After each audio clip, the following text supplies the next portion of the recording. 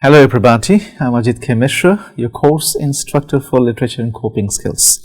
I'm here again with the last segment of this module, Overcoming Heartbreak. Today I'm going to talk about Derek Walcott's The Fist, and I'll also show you how this particular poetic composition in fact helps us understand various other aspects associated with the idea of heartbreak and its management. Until now, I have talked about heartbreak from a variety of perspectives, including the psychological, the neurobiological, and the social as well. By now, you have been able to understand how heartbreak and love, they are very closely allied concepts, and how love is a very complex idea, and how heartbreak is one of the major problems that we all are facing. So a good idea about heartbreak, its mechanism, its implications, and its after effects will help us understand this particular human experience better and help us manage the aftershock in a much better way. So that's exactly what I want you all to be capable of. I want you to develop coping skills and strategies, and I also want you to help others develop coping skills and strategies with the help of which you can make others come to terms with the pangs of heartbreak. So let's start with today's lecture.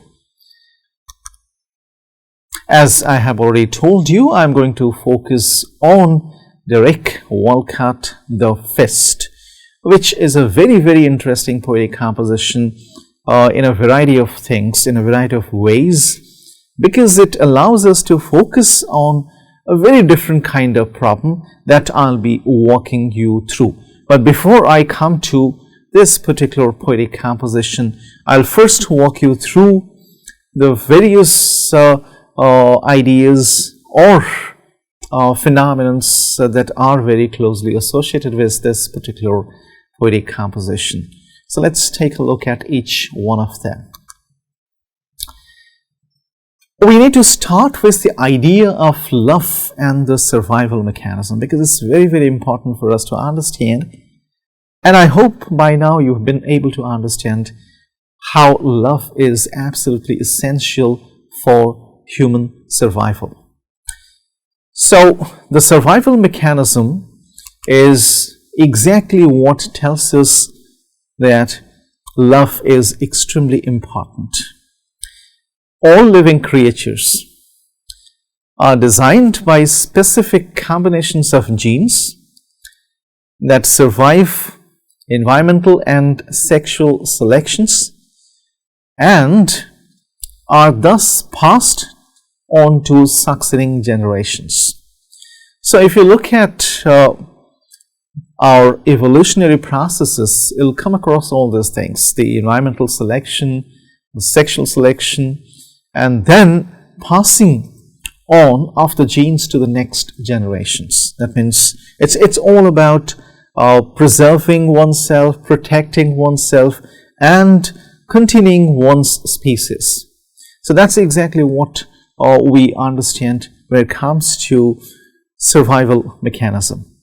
And we need to find the role of love in this particular mechanism. So when you take a look at this particular thing, you'll find that when it comes to natural selection, we will definitely like to protect ourselves first, and then we preserve ourselves, and then we try to continue our species through mating processes or procreation. So when it comes to mating processes or procreation, love plays an extremely important role there. So Nicholas Christakis, American sociologist, is of the view that the evolutionary psychology of both men and women is to exchange love for support. So it's extremely important for our survival. We need support so that we can protect ourselves, we can preserve our species, and we can also continue our species. Therefore, love between men and women, the mating partners, is extremely important so that we can continue this evolutionary process.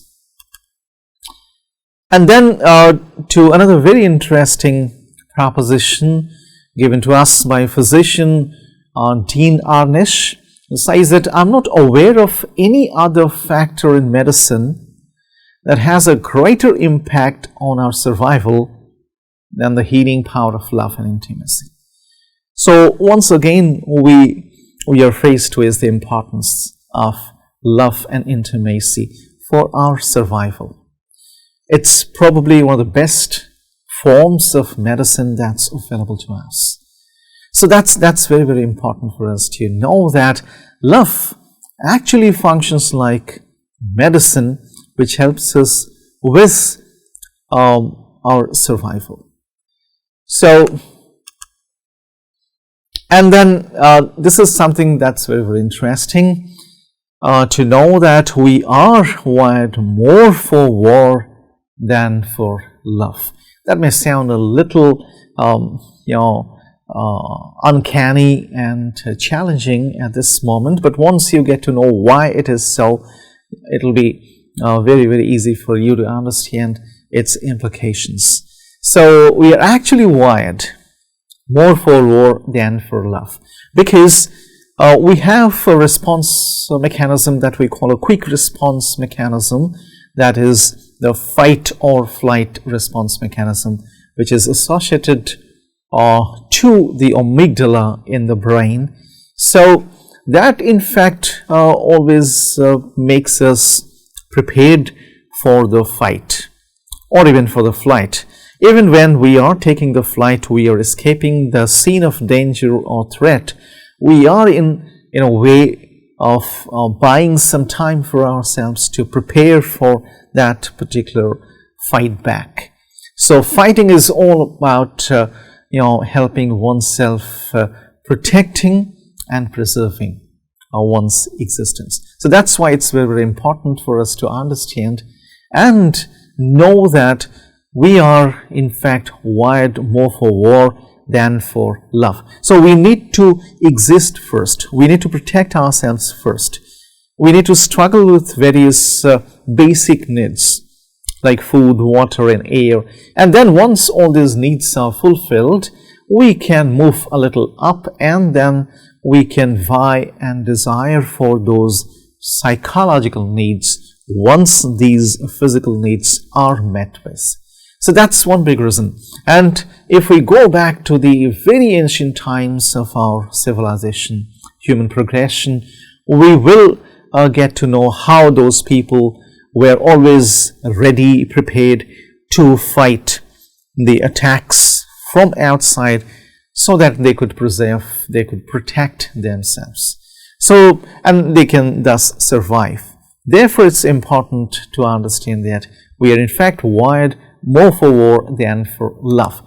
When we take a quick look at this piece from Stan Tatkin, clinician, we'll get to know this proposition better. So it's a very, very clear thing by now, since I have discussed various parts of brain at different moments, at different points in my lectures, the previous ones especially. So we have more centers in the brain that are responsible for keeping us alive and preserving the species than we do for attachment. That's very interesting. That means there are several mechanisms, several areas in the brain that are associated with our need to preserve, to protect ourselves so that we can survive. And we also have certain areas in the brain that are associated with attachment, bonding, affection and love. But the number of those areas is less in comparison to the number of those areas that prepare or keep us ready for this fight for survival. And then we need love. That doesn't mean that we do not need love, because attachment is also a part of our survival. We cannot survive without support, attachment, affection and bonding. So we need love because of that particular thing. So although it sounds a little contradictory, but both these things are there, and both these things are linked to our survival. That means we also need love, bonding and attachment. At the same time, we also need to be ready for the fight, for the onslaught or external attacks. So that's very, very interesting, and that's the reason why we are wired more for war than for love. But all said and done, we are in fact wired both for war and for love. So that's very, very important. So when it comes to understand the whole idea of the relationship between love and the survival mechanism, we can sum it up in this manner. Now, survival is the combination of the protection, preservation and continuation of life. That's all about survival, taking life forward, taking life further through protection and preservation. We need to protect ourselves first, and then we need to preserve our species so that we can continue our species in a manner. So when it comes to the protection stage, we are always ready for the fight so that we can save ourselves from extermination, from being wiped out. And then we come to the preservation stage when we in fact have to take care of how we are going to continue our species. So that's why love is extremely important for the survival mechanism, because they are very closely associated ideas, phenomena. So that brings us to the question of love, brain and body, because by now we all know that love in fact exercises a tremendous amount of influence on both the brain and the body. So it keeps us both emotionally, mentally stable and healthy, and it also helps us keep ourselves, our bodies healthy simultaneously. So love exercises tremendous influences, especially positive influences on both the mind, the brain and the body. So we can start with this very interesting proposition given to us by Mahatma Gandhi, who said that where there is love, there is life. So this may have appeared to be a very straightforward proposition when it was actually issued by Mahatma Gandhi, but when we look at it from this perspective, from the perspective of our understanding of the whole process now, you may discover layers of meaning in this straight and simple statement. So where there is love, there is life. So in the absence of love, we cannot even imagine life, because it's absolutely important for our survival. So that's one proposition. And then we can also look up to this particular song composition by Doobie Brothers in the early 30s. Without love, where would you be now? So can you imagine your life without love? And even if you can imagine your life without love, where would you be now without love? Can we go any places in the absence of love? So there are some of the basic questions that we also need to ask ourselves if we have to understand the wonderful companionship between love, our brains and our bodies. So there was a time when people were not aware of the brain mechanisms and the body mechanisms that were in fact positively influenced by love. But science, especially behavioral sciences and neurological sciences, have helped us understand this particular phenomenon better. Now we know that biology and chemistry of love in fact benefit our mind and our bodies. So now that we have understood the biology and the chemistry of love, we can say that love has wonderful benefits or health benefits, both mental health and physical health benefits for us. And then love is not just an isolated feeling. It's not a feeling that can be isolated, and we can understand it as a purely objective and isolated mechanism. That's not the case. So when we're in loving relationships, the various neurotransmitters, I have already talked about those neurotransmitters, starting with dopamine, oxytocin, vasopressin, even serotonin as well. Various neurotransmitters and hormones in our bodies affect us systemically. So that's why it's very, very important to understand that there is a very close connection between love and the brain and the body as well. So there's something called limbic resonance, which happens when we allow the brain to be affected by the kind of people we are surrounded by. If those people are the positive ones, are important ones in our lives, so that means the limbic system will be in a very positive state. And then the limbic regulation will also be adequately processed or done. So these ideas are in fact based on a very interesting book written by Thomas Lewis and others, A General Theory of Love, in 2001. So limbic resonance and limbic regulation are two very important things that we need to understand when it comes to love, brain and the body. So when it comes to this particular relationship between love, brain and the body, we need to understand that love relieves our pain, both psychological and physical pain as well. It lowers our blood pressure, it eases our stress and anxiety, and it also improves our cardiovascular health. So love and being in a relationship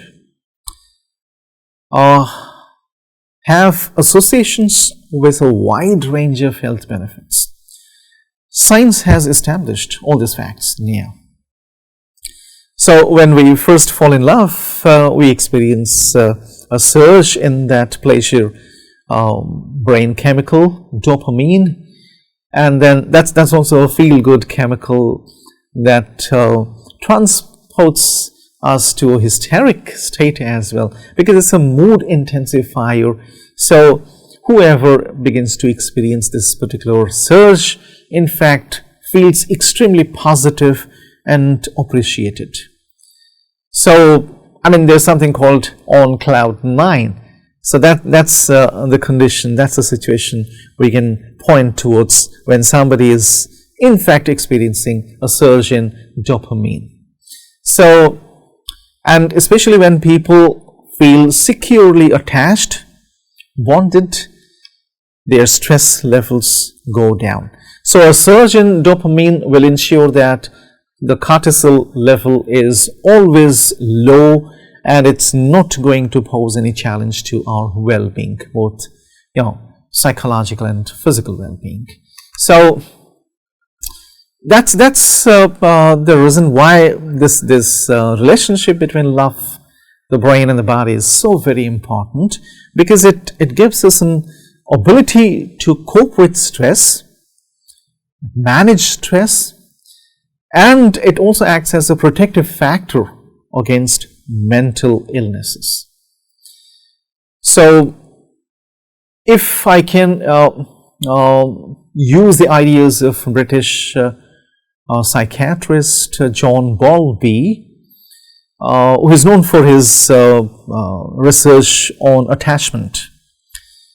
So he is of the view that attachment is a lasting psychological connectedness between human beings. So the emphasis is on the word lasting. This lasting connectedness is very, very important. It's not that it's an attachment for a moment and then it goes. That will create problems. So this attachment needs to be a lasting one. So we need to understand the crucial importance of a secure relationship, a trusted relationship, and the development of adaptiveness and coping capacity. So the development of adaptiveness and coping capacity is largely dependent on the building or the development of a secure relationship. That's very, very important for us to understand. And then there's something that also is taken care of when there is a proper bonding between love, the brain, and the body. So how love in fact positively influences the brain and the body by taking away what we know as the allostatic load. So the allostatic load is in fact the consequence of chronic exposure to stress. So when we come across positive social experiences and higher levels of social integration and support in the form of love and attachment, we are actually experiencing less or lower allostatic load. So that's very, very important, because from childhood until old age, being connected to others in secure and loving relationships helps us better deal with stress. So the moment we want to or feel like coping with stress, we need to check whether we are in a secure and trusted relationship or not. If that's not the case, then we need to transform a disturbing or a strained relationship into a secure and trusted one, so that we can experience less allostatic load.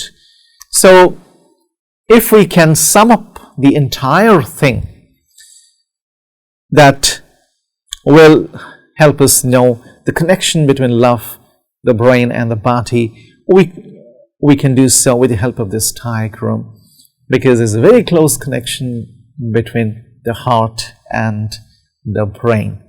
So we need to understand that the heart makes us happy and positive because of dopamine, the pleasure neurochemical or the brain chemical, and then oxytocin, the love and the bonding chemical, will always be in a state of happiness and positivity. Then attachment and bonding will also enhance because of oxytocin and vasopressin, and then that will result in improved pain relief, because love has been treated as a pain reliever. I've already talked about all these things, because whenever somebody experiences some pain, especially mental pain, if the person comes across some wonderful positive memories about a loved partner, or if the person comes across the images, the photographs, the videos of a loved partner, the pain will gradually be relieved. So that's the reason why young children promptly get relieved of their pain the moment the mother picks them and begins to pat them on the back. So that's an instance of love and attachment. So it works as a pain reliever. But at the same time, I must also tell you all that love is a very, very complex human emotion. It has the other aspect to it as well. So while it functions as a pain reliever, it also acts as a pain giver as well. So we need to be very, very careful about these two dimensions of love. But that apart, love can in fact make lifespan longer. So people who are in a good lovable relationship have a longer lifespan, and it also improves physical health, because the stress inducing hormone cortisol will always be under check, under control. It will be regulated, so people will not be anxious, stressed. There will be no sign of depression whatsoever. So that's how it's also going to reduce stress and anxiety a great deal. So that's the power of love. So the connection between love and the brain and the body needs to be explored so that we understand the benefits. That brings us to the other side of love, as I had hinted at it a while ago. So the other side tells us that love can also cause a tremendous amount of pain, which may feel like physical pain as well.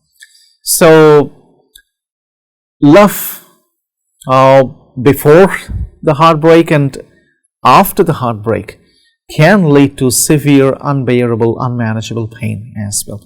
I have talked about all these things in some detail in my past lectures.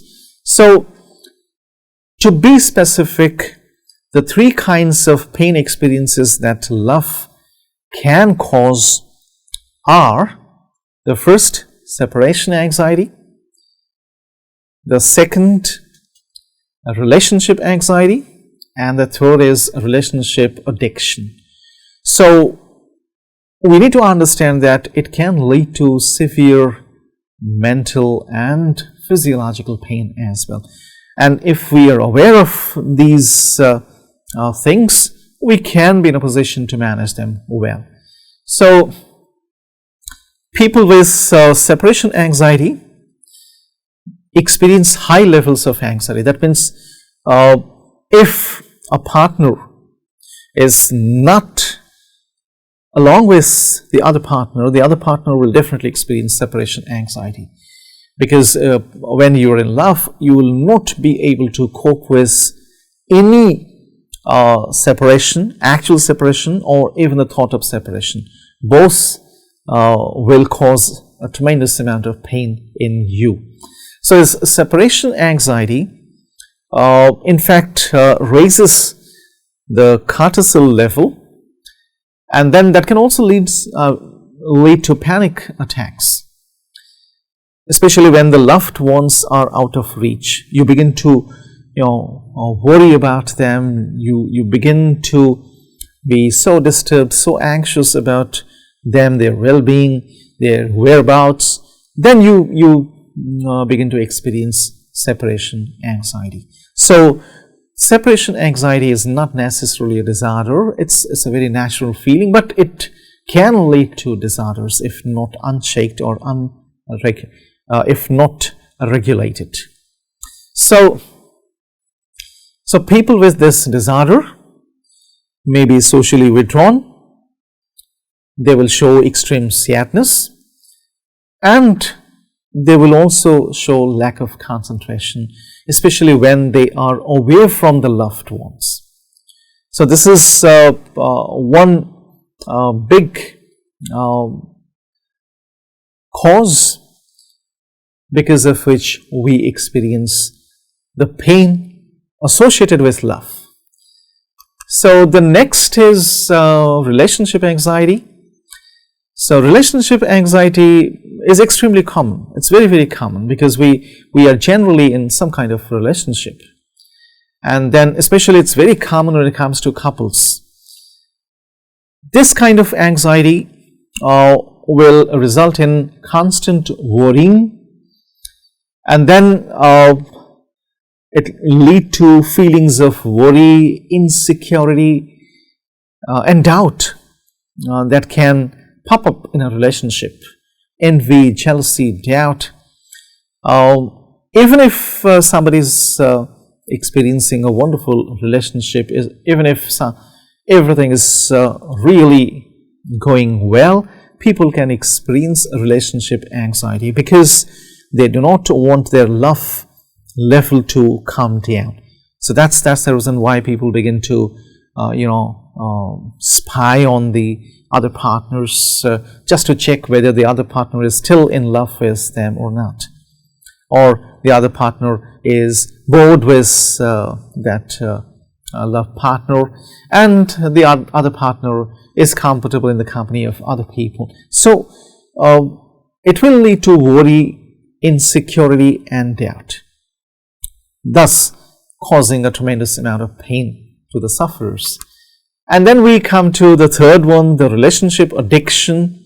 I have talked about the relationship addiction by citing the research done by Aaron and Fisher and Brown, if you remember, because love is a natural addiction. People in love experience euphoria, cravings, dependency and withdrawal because of the dopamine reward system in the brain gets activated by romantic love. So when there is no reward, people will feel like as if they are withdrawing. They will experience withdrawal symptoms and cravings, as if they are craving for some kind of substance. So that's the power of love on the brain. So that will make you an addict while you are in love and when you are not in love. When somebody is in love and when somebody is in a heartbroken state. So in both the conditions, people will behave like an addict because of this particular thing, because of the surge in dopamine, the hysteric chemical. So that's how we know the power of love as an addiction. So relationship addiction is another major channel through which love can cause a tremendous amount of pain. So these are the three major channels through we experience the pain of love. So that brings us to another very important thing that we can call love gone awry or love gone wrong. When love goes wrong, what happens? Wrong in what sense? That means somebody is not being able to manage one's love because it's a force, it's a power, it's a form of energy that needs to be properly regulated, because it's a very strong emotion that needs to be regulated in a manner so that it doesn't turn out to be destructive for oneself and others around. So we need to understand that, and we need to ascertain that it doesn't go wrong. When does love go wrong? When people are lovelorn, that means they are so engrossed, so obsessed with their love interests or love objects that any thought or any actual separation or any thought of separation will result in a state of lovelorn. It will lead to a lovelorn condition. So especially people who are experiencing unrequited love or rejected love pass through these experiences. Lovelorn syndrome. And then love sickness will always want to be in the company of the love interest, will always want to see the love interest, whether it's an object or a person, to be right in front of you. You begin to show the signs of sickness, that extreme attachment. So that will also lead to several problems. And then it can also turn into a mania. That means you become manic about your love.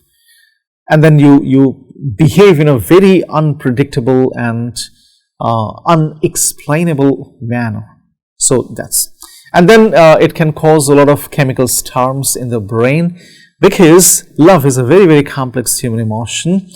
While healing us, it can also kill us.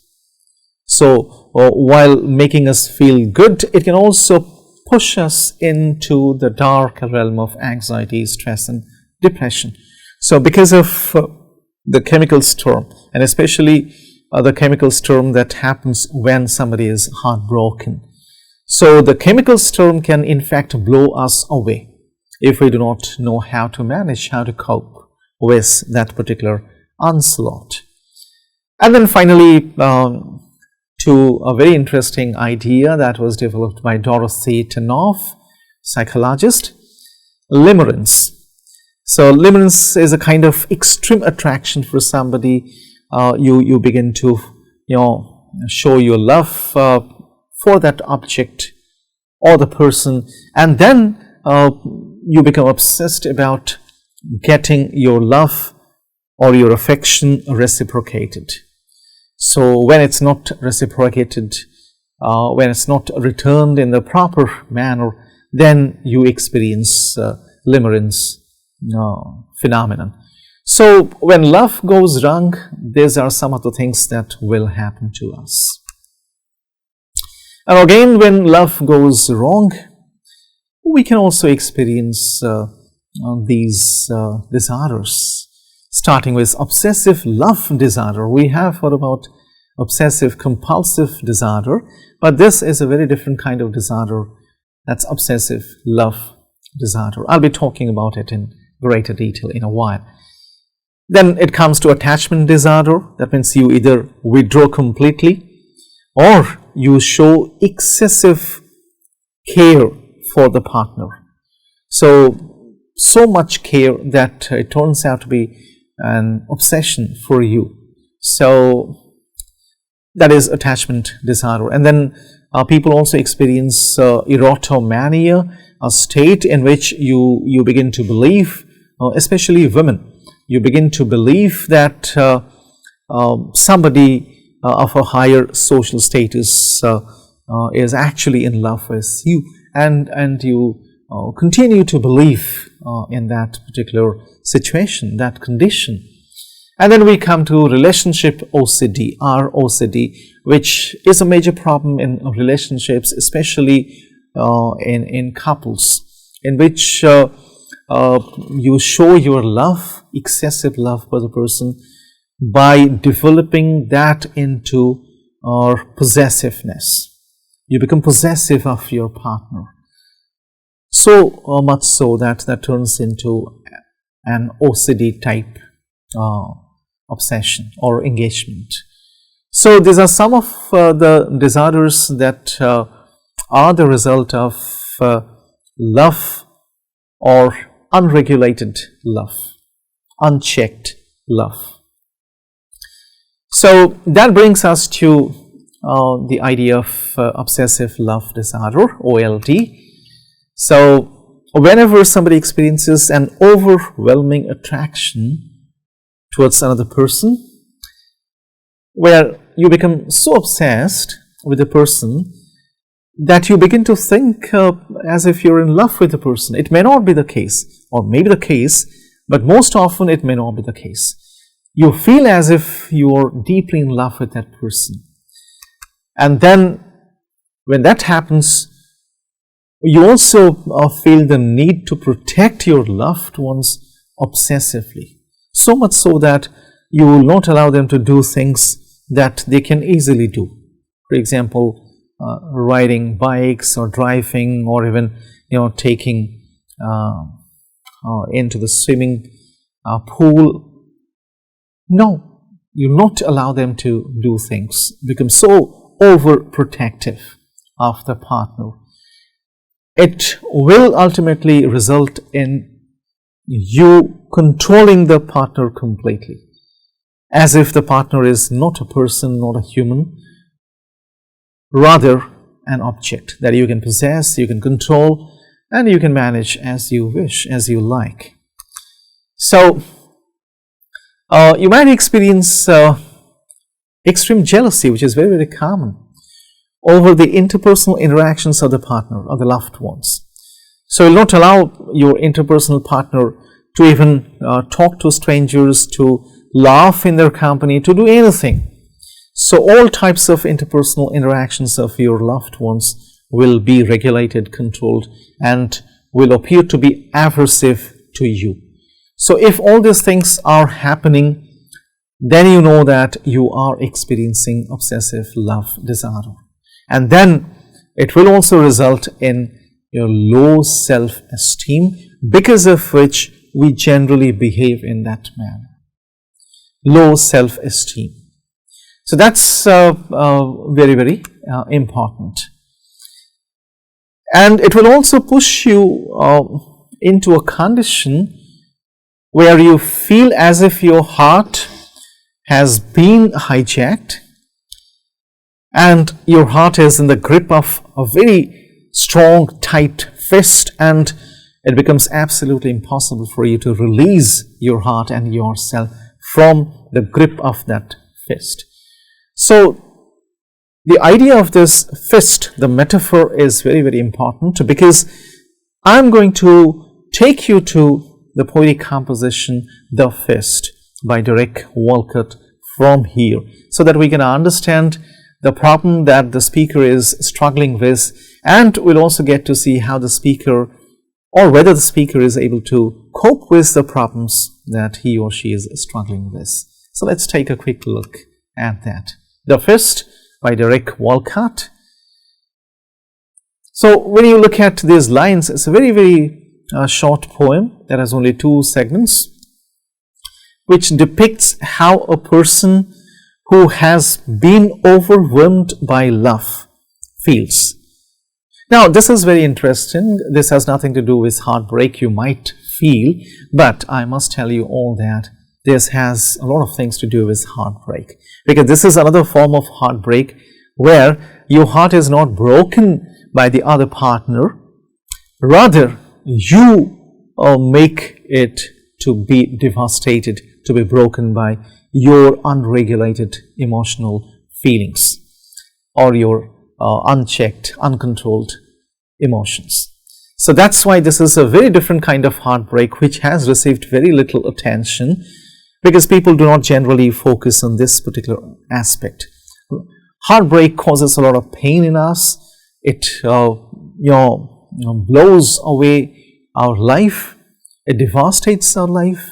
So this is one such example in which the person's life is devastated when the person doesn't know how to regulate one's love emotions.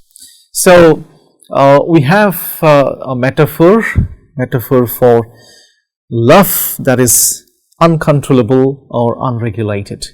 So that is the fist. It's so tight and so hard that the heart of the person cannot escape its grip, its clutch. So there are a couple of very interesting things. The first is the fist clenched around my heart. Although it loosens a little at times, I gasp, not for breath but for brightness. So that clearly shows that the person has been pushed into the realm of darkness. The dark realm, that is the realm of the OCD or OLD, obsessive love disorder. You are groping in the dark. Therefore, whenever the fist is loosened a little, you gasp, not for breath but for brightness. But the grip is so strong, so hard, that it will not allow you to gasp for brightness or breath for long, because it tightens again. And then when that happens, the speaker says, when have I ever not loved the pain of love? He is ready to accept that with love comes a lot of pain. And I've always accepted that pain. I have embraced that pain. I have loved with all its qualities, the pleasure and pain.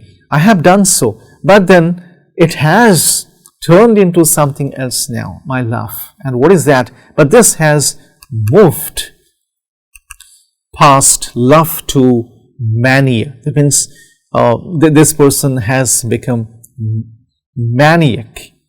This person is experiencing a kind of manic disorder. So it has become a mania now. And then when that happens, the strong clench of the madman. So 2 types of grippings.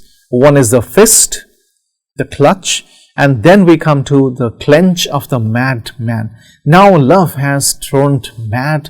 It has been personified. It's become a madman now, and I do not know what to do about it. So because it has created a ledge of unreason for me. If you remember, I talked about love is blind, and that's exactly the condition this speaker is struggling with. That means the frontal cortex of the speaker is not working at all. It has been deactivated. So, and then the only way he can survive is either to surrender completely or to be where he is now or she is now. So before plunging into or howling into the abyss, total complete darkness.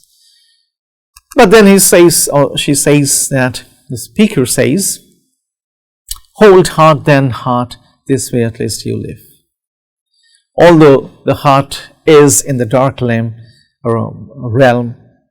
the heart can still live, because I do not have any other option left to me. So therefore, I cannot do much about it. Hold heart then heart, this way at least you live. Or you can die, you cannot survive. So for this particular speaker, the survival question is the most important question. Now, the speaker is not thinking about anything else. So if we take a quick look at these things, we'll come to know that the speaker is struggling with unmanaged love, which is in fact a major cause of heartbreak. So we come across the idea of how love can turn out to be a very complex emotion, disturbing and devastating emotion. That is the ugly side of love that the speaker is struggling with. The same love that can heal can also kill. So therefore it shows conflict, fight, and this anger. And then on the other side, we have the image of heart that is associated with love, care and tenderness. But the heart of the speaker has been hijacked. Therefore, the speaker cannot do anything about it. And that's how the unregulated love of the speaker has turned into a mania, a depressive disorder, an obsessive disorder, obsessive love disorder. Because it's the murderous madness of obsession that the speaker is experiencing, and the speaker is absolutely helpless in managing. And that's the reason why the speaker says that gripping the ledge of unreason is the only option available to me. So the love has turned blind, and the speaker wants to continue to believe in unreasonable things. Therefore, the speaker wants to cling to the ledge of unreason. So if we look at the coping skills and strategies that the speaker shows, which we can promptly pick and adopt, we may come across these two very interesting things in the poem. That is, one is dissociation, that is checking out, and the other is association. The speaker is in fact checking out. Therefore, he says, I want to cling to the ledge of unreason. So checking out is not going to help a lot, because every time you will dissociate yourself. You'll dissociate everything from yourself. So a better coping strategy is to associate. When you begin to lose yourself, the best idea is to return to yourself, associate or reassociate with yourself. But the speaker is not being able to do so. That is checking in. So journaling is a very, very important coping skill. I have talked about it because it allows us to create the trajectory from situation to resolution. The speaker is talking about the situation in which he or she finds himself or herself in. But the speaker doesn't give us any hint of how these problems can be resolved. So there is no resolution approach. So this is partial journaling. The speaker is talking about the problems. That's the only thing the speaker is doing. So this is partial coping, is not complete coping. Therefore, there is no hint at the resolution. And then we come to a very important coping skill, that is refocusing to overcome stuckness. So whenever we are stuck, we need to change the focus, we need to shift the focus, shift the perspective, so that we can refocus on certain things that are more important than that particular condition, which is or which may not be a permanent one. And then we come to this very important thing which the speaker is unable to do, because we need to reinforce the fight or flight mechanism whenever we are faced with a crisis. So because that's our basic response mechanism, which the speaker is not able to do. The speaker personifies the deadly, devastating, destructive love as a person, as a madman with a strong and tightened fist. But the speaker doesn't talk about how he or she is going to fight. So there is no fight mechanism, there is only a flight mechanism, which is not the right kind of coping skill. And then the emotionally focused therapy doesn't take place at all, because the only kind of emotion that the speaker is talking about is an emotion of loss, sadness. The speaker is unable to focus on the other kind of emotions that the speaker is capable of as a person, as a human. But there is no focus on the other kind of emotions one is capable of.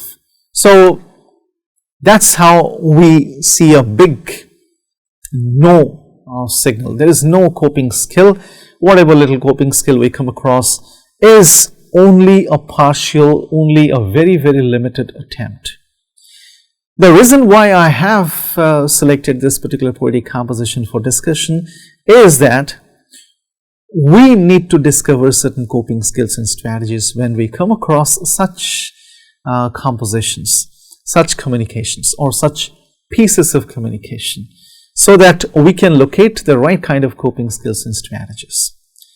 So that is how we come to the end of this lecture and the end of this module on love, heartbreak and healing.